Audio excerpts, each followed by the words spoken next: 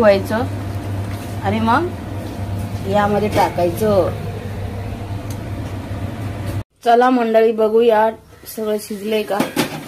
Wow, मस्त शिजलेलं आहे, तेल पण सुटलंय, बघू शकता। टोमॅटो सगळे शिजलेले आहेत। आता आपण चवळीची शेंगा घालू मध्ये।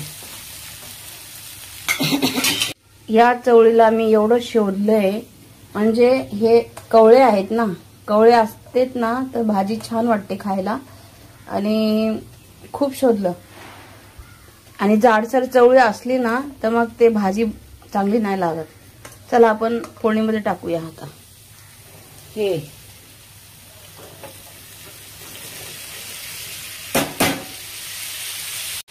मंडळी बघू शकता तुम्ही, किती सुंदर दिसायला लागले ना कलर। अशा पद्धतीने नक्कीच भाजी बनवून बघा। चवळीच्या शेंगाची सुकी भाजी, रसा पण करू शकतात तुम्ही। तर सगळ्यांची पद्धत वेगळी असते, माझी वेगळी आहे। जास्त गरम मसाला हे काहीच टाकलेलं नाहीये, फक्त कांदा मिरची लसूण एवढं टाकलेलं आहे। छान मिक्स करून घ्यायचं याला। बघू शकता, सुकी पण बनवून खाऊ शकता तुम्ही। 2 मिनिटं अजून मी पाणी न घालता याला परतून घेतेय।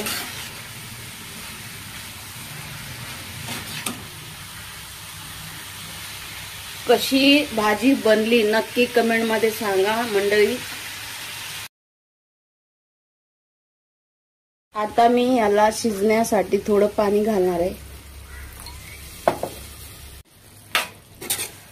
हे शिजलं ना तर पाणी आटून जातं, मग बघा खाऊन भाजी कशी बनली। अजून कोथिंबीर टाकायची बाकी आहे।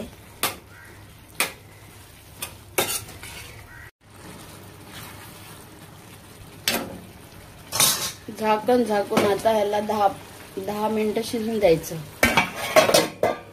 चला मंडळी बघूया शिजली का भाजी आपली।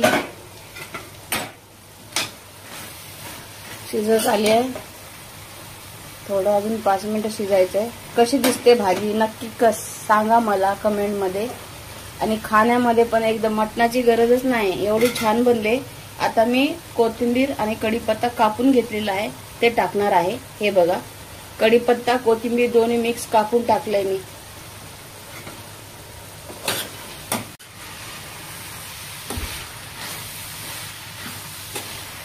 तर मंडळी आपली भाजी रेडी झालेली आहे खायला।